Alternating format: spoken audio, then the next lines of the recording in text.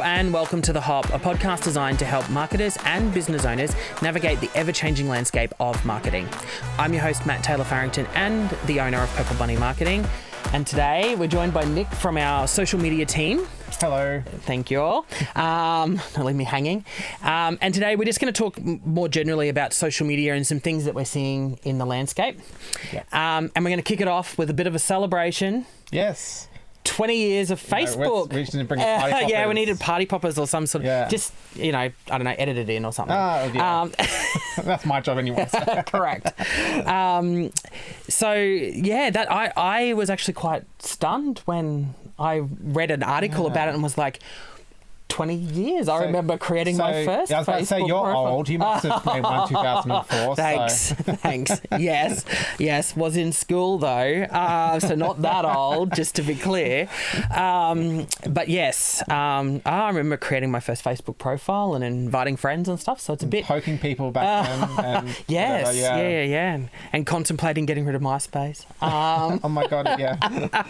But anyways, I guess the question though around Facebook that I kind of wanted to ask and bringing it back to the podcast, obviously, is, it's 20 years on, but is Facebook still actually attracting an audience? Are we still seeing people signing up to the platform? Yeah, so it is, but not with the younger generation, pretty much. So we're finding more that older people are on Facebook. Like we've said in previous podcasts, where the younger people are more straying towards Instagram and TikTok, for example. Yes. Because the Facebook is seen as the Facebook. The Facebook, you're going back to the original. Yes. Is seen by the younger generation as the old people, my parents are on there type thing.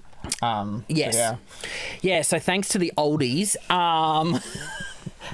that jumped on there, because I'm finding myself, I guess, I check Facebook and I go on it regularly, but I'm finding myself less on it and more on as time's gone on. And I actually wasn't a big Instagram person at the start, and now all of a sudden I'm finding myself living and breathing in that platform. Yeah. And TikTok more so. As time's going on, I'm progressing more into that, I guess. I say I'm the same, and I mainly use Facebook just for news in a way, because I just follow all the major news, ABC and all that on there. But then I do that on Twitter too. X, sorry. And so, and it's also nice to keep up with friends and stuff too. But and look, I still go on there for that sort of stuff. I just am finding I'm noticing my time less on that platform, I guess. Yeah. So, but I guess the beauty about Facebook is knowing your audience again, like we've said from the day one, is my audience there? And if they're not, well then there's probably no need for you to be there. Yeah, because if you have a product for younger people, then it's probably not ideal to advertise too much on Facebook. Yes. So if there's a product for everyone, then go for it. Yeah, agreed. All right, so moving along then, we wanted to talk about TikTok, and this has actually kind of stunned me and frustrated me slightly, because for so long we've talked about short form video and all the rest of it, and I think TikTok is trying to challenge that platform, that medium, I guess, in the sense of those micro videos and whatnot. But I saw something there that they're trialing longer form video. Is that right? Yeah. So it's interesting because even I found on my feed that, there's up to 10-minute videos now, but I think you can only do that if you have a certain amount of followers or something like that from my understanding and memory. Yep. So for example, people shouldn't be doing this because of course copyright, but I've watched an entire SpongeBob episode on TikTok as one part. Right. And a lot of people are uploading longer videos, whether it's a day in the life or something along those lines. So we're finding it more common on there, even though for the longest time, I think we've said in the podcast, and even when I started with Purple Bunny, short form was the way to go, but now it's bumping back. Short form is still important and necessary and definitely on certain platforms, but it's just interesting that TikTok's obviously trying to challenge that narrative and that story by saying, well, hang on, no, people are prepared to watch longer. And I know for myself, if I watch something and in that first 60 seconds it definitely grabs me, I want to go, as I've said in previous podcasts, I want to go and watch all those parts. And if I don't have to and scroll past it and stay and watch, I'm probably more likely to do it, to be honest. Yeah, same here.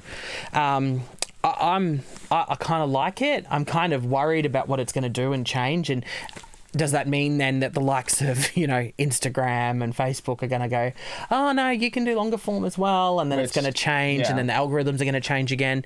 So I know with Reels, like, they're still very strict on time and stuff like that. Even, you know, because, of course, we upload stuff all the time for different clients and that, and... you know, cutting it down, you know, for example, this might be a highlight in the podcast. I don't know. I haven't decided yet. I haven't edited it yet. But I always aim for 60 seconds because otherwise, you know, YouTube, with YouTube Shorts and Instagram Reels, they sometimes chuck a fit and go, oh, it's 61 seconds. How dare you? Yeah. Yes. Yeah. And I mean, we're speaking not only from what we experience with our clients, but our own stuff. We do it in that format and it works really well. Our views go up, the numbers are there, we're seeing the climb with the subscribers. So for us, short form is still where to be, but it's just interesting to see that TikTok is challenging that. And I noticed as well that not only are they challenging the story-based formats, but they're now also optimizing or trialing some optimizations around the horizontal form, so your landscape videos as well. Personally, I'm personally a fan because it's like there's so much black space on the screen, and it's stupid. Yeah, and as a marketer, it kind of just makes me go cringe a little bit. But it's just interesting to see that they're doing that. And is that going to be a change where you don't need to chop up your content into multiples? I'm not saying don't do that because I think it's hideous, but I agree.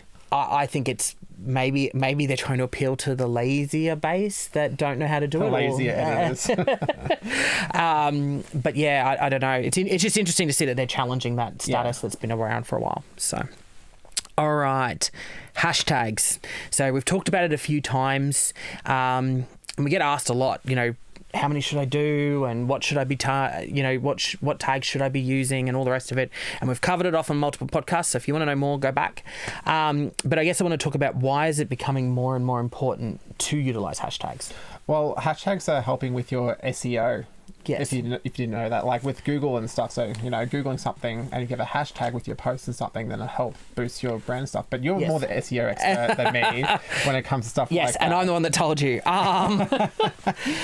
Yeah, I guess, and I've noticed it myself more and more that when I search for something, Google is now putting content up that has been tagged with that or may have relevance to that. Yeah. So the hashtags are now also helping to get your content on social media also now seen across onto your Google platform. Now, it always has been. It's just that it's now becoming... It's pushing a bit more. It's pushing it a little bit more. The algorithms have changed slightly and we're seeing...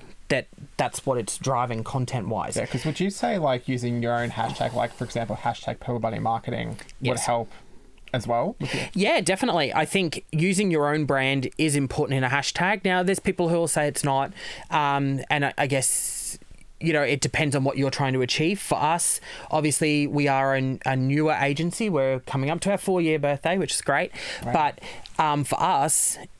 it's about that brand recognition and that name. So for us, we continue to do it. Now, in, say, another 5 years' time, we may not because we won't need to. So it's about when to use it and when not to use it, I guess, is the question there.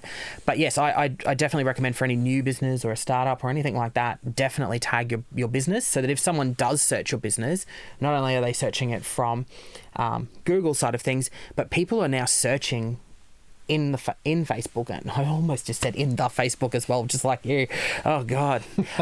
But they're searching it in Facebook, they're searching it in Instagram, they're searching in TikTok. They're looking for those things. So hashtags are becoming more important. That being said, don't flood it with hashtags. No. Keep it short and sweet, and just find those ones that are very relevant to what you're posting about at that time. So if you're posting, for example, our podcast and we're talking about social media, we would hashtag the things that we've covered off in there. So for example, we've talked about TikTok, we've talked about Facebook's birthday, all those sorts of things. So then when people are searching regarding those things, they're getting that specific content that's related to it. Exactly. So it's just about being specific as well. Yeah. All right. And the last question, so you can get out of the hot seat. Authentic, non-promotional content. I guess why do we need to be better in this space, and what is authentic non-promotional content? So pretty much it's I've spoken about it before in a way. It's with your brand, do videos of like day in the life type things, or what we do for one client is, you know, they are a restaurant and they make drinks and food, of course, and we film amazing drinks and food in Brisbane. Oh, yes, absolutely. And we film them making the cocktails, making the food and stuff, and chop that up into reels for Instagram and TikTok as well. Yes. And they do well because people like seeing that peek behind the curtain in a way, because they want to see like a bit of personality with your brand or restaurant in that case. Yeah, correct. I'm happy to mention his name, Mr. Wabi. Also owns another one in Brisbane, Mr. Bao. And both amazing restaurants, and both got that vibe to them that you kind of want to show off. And the only way to do that is by being authentic through the content, and not staging anything. So all of his content is very much done in a format where, like you said, we're filming the staff producing it. We're filming the staff doing it. You know, there's the R&B music in the background that Sebastian loves, and build that vibe in the restaurant. And we're trying to continue that vibe through to the social media. So it's about the authenticity of what I see on social, I get when I walk through the door of that restaurant. Yeah, exactly. Yeah.